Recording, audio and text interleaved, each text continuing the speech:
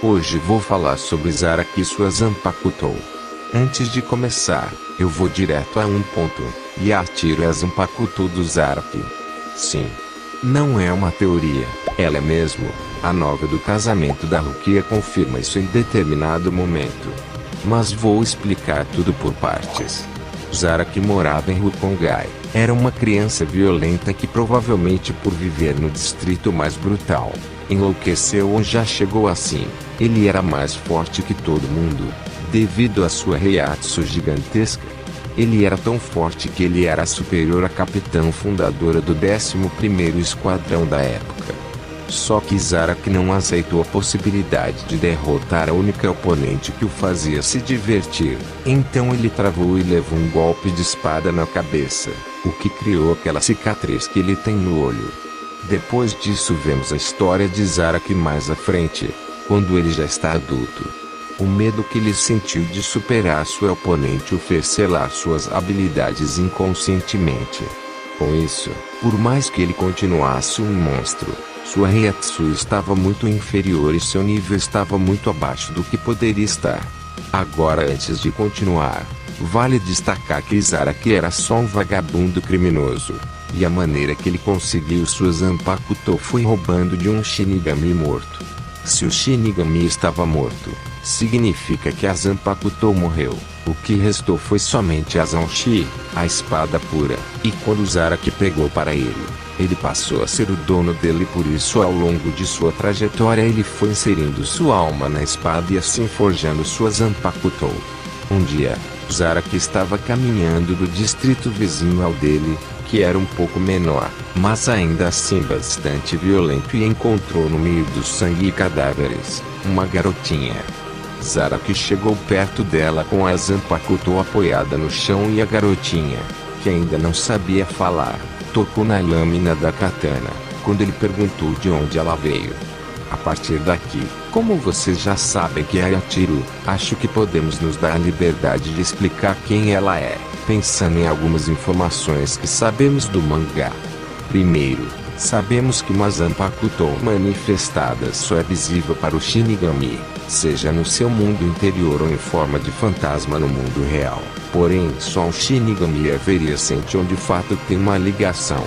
Um exemplo menos simples é Nainao ser capaz de ver Kyokotsu de Shunsui. Embora Kyokotsu não pertença a Nainao, porém há uma ligação indireta entre elas. Segundo, também sabemos que Nimai Uetsu, o criador das Zanpakutos, vivia em seu castelo cercado de garotas, que eram nada além de Zanpakutos materializadas, visíveis e palpáveis para todos, e detalhe, Ichigo e Renji, por não tanto, têm uma sensibilidade típica do Esquadrão Zero. Não perceberam que aquelas garotas eram todas Zanpakutos, mas eu vou defendê-los e dizer que o Uetsu estava sendo rigoroso demais ao exigir isso deles, porque quem iria imaginar que era possível uma Zanpakuto se manifestar fisicamente e não apenas de maneira ilusória, ainda que você notasse algo de diferente. Terceiro, outro ponto a lembrar é que Zaraki estava selado inconscientemente por ele mesmo, ao contrário do resto dos Shinigamis da Soul Society. Então ele não seria capaz de usar plenamente os poderes de sua Zanpakuto, mesmo se quisesse. Tanto que depois de ser derrotado por Ichigo ele chamou pela Zanpakuto e ele não era capaz de ouvi-la, porque ele estava fraco. Considerando esses 3 pontos, vou lembrar algo bobo. Yachiru adora Zaraki, adora vê-lo se divertir lutando e o apoia em tudo e faz de tudo para evitar interferências, e isso é uma forma de proteger.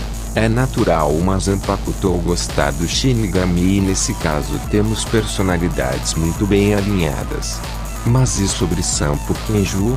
Eles foram revelados por Yachiru durante o enfrentamento daquele Kinshi imaginário. E de fato ela pegou uma espada. Era Zanpakuto dela?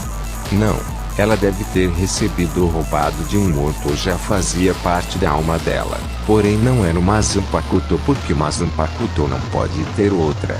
Pode no máximo usar seus próprios poderes. Afinal, o poder da espada do Shinigami vem dela.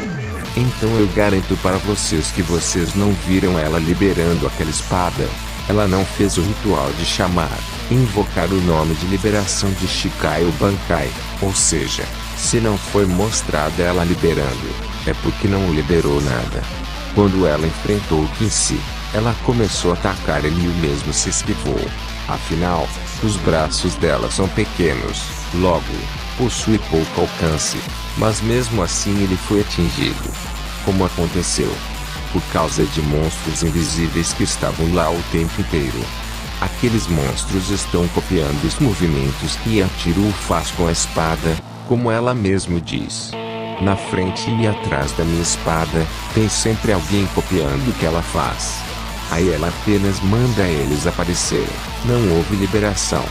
E para completar, logo depois que ela pensa que venceu, ela faz uma dancinha da vitória e os monstros, Sampo Kenju, copiam a dancinha dela como sombras insane, que está lá, observa achando tudo esquisito e aí ela pensa consigo mesmo o porquê dela está achando estranho. Izane, achando que Yachiru é uma Shinigami, diz: isso não é uma espada que pode se transformar em um ser vivo, como a da Capitã Norana. Também não é feita de matéria viva, como a do Capitão Hitsugaya. A espada não se transformou, ela não apareceu como uma personificação de uma Bankai, como se fosse a verdadeira forma da Zanpakuto. Não posso acreditar que uma Shikai assim exista. E realmente não existe, porque não era uma Shikai, era uma manifestação do poder de Zaraki. Aí pulando mais alguns capítulos temos a luta de Zaraki vs Gremio. Nesse momento na nova Darukia, temos uma memória de Sunny, onde no momento em que ela curou os braços de Yachiru que haviam sido quebrados por Gremio, ela agradeceu e disse que precisava partir, pois o Kenshan precisava dela. Yachiru foi rapidamente antes que Sunny pudesse impedir, mas antes dela ir, Sunny ouviu as últimas palavras dela murmurando: Finalmente o Kenshan pode chamar por mim. Esse tempo todo, Yachiru fingiu ser uma Shinigami, mas na verdade ela só estava esperando a hora certa. Logo depois sabemos o que acontece. Zaraki libera sua Shikai e chama pelo verdadeiro nome de Yachiru, assim como o ritual de invocar Shikai pede. Ao fim da luta Zaraki só achou as roupas da Yachiru, e como já sabemos devido às sagas anteriores, quando uma alma desaparece deixando as roupas, ela não morreu, apenas se dissipou. E foi isso, a alma da Zanpakuto desfez sua forma física e voltou para dentro da espada. Mas ok, o que fez Zaraki ser capaz de fazer isso? Como sabem, Zaraki vivia selado e só quando enfrentava um oponente mais forte, ele adaptava seu poder ao do oponente quando estava perdendo, de modo que ele se libertava um pouco mais de suas correntes. Então, o Norana lutou contra ele, a capitã de séculos atrás, e só assim, após derrotá-la, ele recuperou totalmente o seu poder, se tornando apto a lutar junto com sua Zanpakuto. Logo que o Norana é derrotado, ele escuta a espada falando com ele, se apresentando. Mas se Yachiru é a Zanpakuto dele, então de onde vem essa voz? Eu vejo duas possibilidades. A primeira é que pode ser a voz de Yachiru mesmo, talvez um pouco mais camuflada, ou foi a voz de outra entidade da Zanpakuto que não saiu para fora. Sabemos que além de Yachiru também há Santo Kenju, quem garante que não há mais monstros. Claro que todos se resumem numa mesma Zanpakuto, tudo é no Zarashi. E Yachiru mostra-se como a entidade principal, mas ainda assim nada impede disso. E por fim, vimos que Yachiru reaparece no momento em que Zaraki é derrotado por Gerard. E ela faz usar a Bankai e ela mesma controla a quantidade de poder que ele estava usando. Em Bankai, Zaraki não parece mais o mesmo.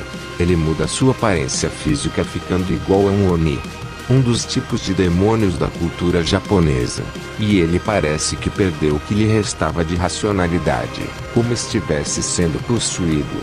A Bankai dele se baseia justamente em força física e selvageria, uma combinação perigosa desses elementos. A base de sua habilidade é bem simples de entender. Não existe nada que sua espada não possa cortar.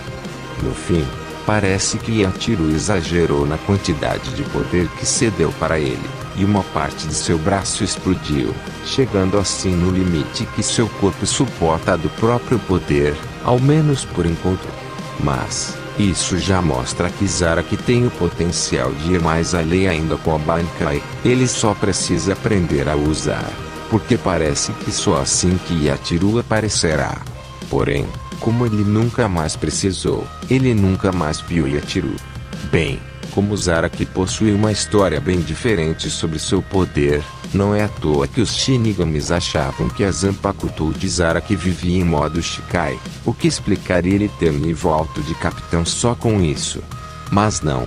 Ela nunca foi liberada porque ele não tinha capacidade para isso e principalmente porque sua própria Zanpakuto estava do lado de fora da espada.